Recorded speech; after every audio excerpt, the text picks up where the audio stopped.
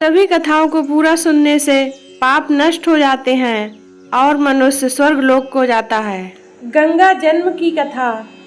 ऋषि विश्वामित्र ने कहा, वत्स राम, तुम्हारी ही अयोध्यापुरी में सगर नाम के एक राजा थे। वे पुत्रहीन थे। सगर की पटरानी का नाम केसनी था, जो कि विदर्भ प्रांत की राजा की पुत्री थी। केसनी रूपवती, धर्मात्मा और सत्यपरायण थी।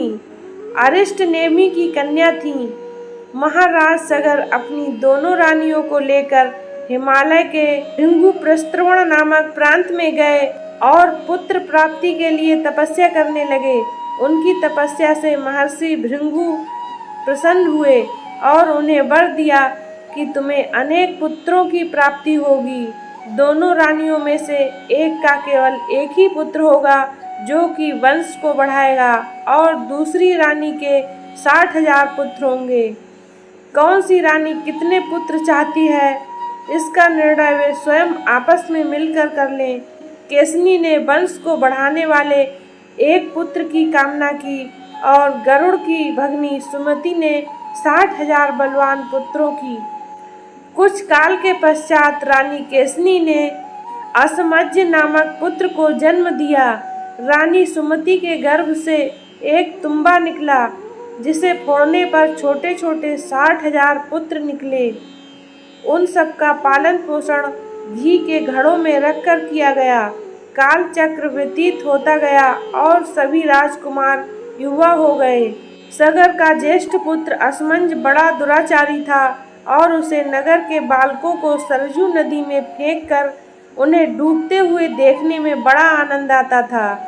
इस दुराचारी पुत्र से दुखी होकर सगर ने उसे अपने राज्य से निर्वासित कर दिया।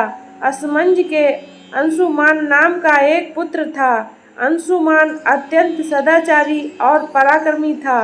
एक दिन राजा सगर के मन में अश्वमेघ यज्ञ करवाने का विचार आया। शीघ्र ही उन्होंने अपने इस विचार को कार्य रूप में परिणित कर दिया। राम ने ऋषि विश्वामित्र से कहा, गुरुदेव, मेरी रुचि अपने पूर्वज सगर की यज्ञ गाथा को विस्तार पूर्वक सुनने में है, अतः आप कृपा करके इस वृतांत को पूरा सुनाइए। राम के इस प्रकार के जिज्ञासा व्यक्त करने पर ऋषि विश्वामित्र प्रसन्न होकर कहने लगे, राजा सगर ने हिमालय एवं विंध्याचल के बीच की हरितिमा युक्त भूमि पर एक विशाल यज्ञ मंडल का निर्माण करवाया। फिर अश्वमेघ यज्ञ के लिए श्यामकर्ण घोड़ा छोड़कर उसकी रक्षा के लिए पराक्रमी अंशुमान को सेना के साथ उसके पीछे पीछे भेज दिया।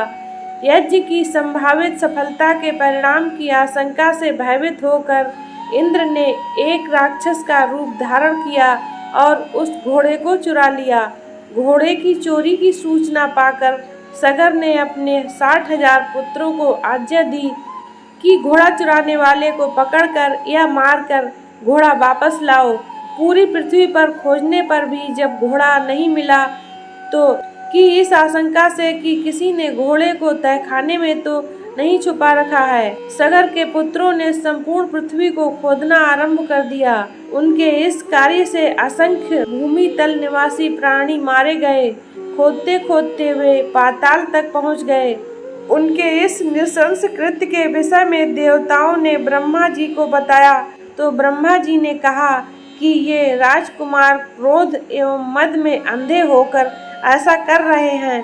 पृथ्वी की रक्षा का दायित्व कपिल ऋषि पर है, इसलिए वे इस विषय में अवश्य ही कुछ न कुछ करेंगे। पूरी पृथ्वी को खोदने के बाद भी जब घोड़ा और उसको चुराने वाला चोर नहीं मिला तो निराश होकर राजकुमारों ने इसकी सूचना अपने पिता को दे दी। क्रुद्ध सगर ने आदेश दिया कि घोड़े को पाताल में जाकर ढूंढो। पाताल में घोड़े को खोजते खोजते वे सनातन वसुदेव कपिल के आश्रम में पहुंच गए। उन्होंने देखा कि कपिल देव तपस्या में लीन हैं और उन्हीं के पास यज्ञ का घोड़ा बंधा हुआ है। उन्होंने कपिल मुनि को घोड़े का चोर समझकर उनके लिए अनेक दुर्वचन कहे और उन्हें मारने के लिए दौड़े। सगर के इन कुकृत्यों से कपिल मुनि की समाधि भंग हो गई। उन्होंने क्रुद्ध होकर सगर के उन सब पुत्रों को भस्म कर दिया। जय श्री राम। राम कथा तथा अन्य कथाओं को सुनने के लिए हमारे चैनल को लाइक, शेयर एंड सब्सक्राइब करें। नमस्कार, जय हिंद।